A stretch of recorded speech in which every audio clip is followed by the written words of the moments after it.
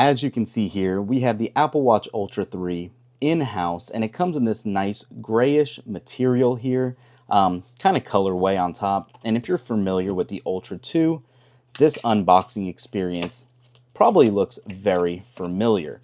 And as you can see, we have the same graphics around that they've done for the last couple of generations now, with a nice thicker cardboard insert here, breaking down the watch, the features, and what it actually kind of entails. We'll go ahead and pluck that right to the side. And then here we go, the Ultra 3 in that black colorway. Yeah, I think this is going to look great. It is black titanium, obviously, and we did opt in for that new green color band. What are they calling it now? Neon green black titanium ocean band. So I think this looks really good. In person, it's not quite as vivid as I was expecting, but we'll open that here in a second. Let's go ahead and tear into the watch itself to see what all comes inside. Okay, so again, very comparable to years past. Still has that same amount of heft here, and it does look very nice in that new black colorway. I never had the Series 2 in this color pattern in the black titanium, but from people that have and have posted also online, they're saying this color looks a little lighter than last year's. So kind of interesting. I can't speak to that. Let me know in the comments down below if you guys realize that same information.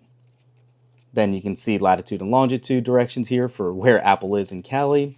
And then obviously you have your fast charging cable with the USB-C end and the MagSafe puck on top. So not too much else to it. As you would expect, these packagings have gotten very minimalistic over the last few years. And then to open up the band, as you can see, it's as simple as it always has been.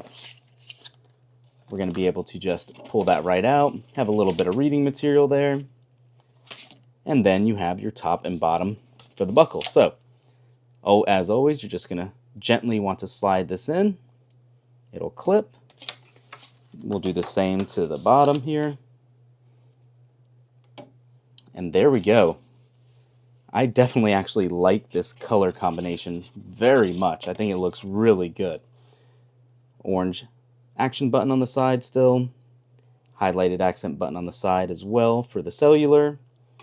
And yeah, I think this actually pairs, especially in this color combo, with the Sky Blue Air, or obviously even the 17 Pro Max in that cosmic orange. What do you guys think? Does this pattern work with one color over the other better? Comment down below and let me know. So obviously we know watchOS 26 is coming preloaded on here. No new surprises that we can see from this build.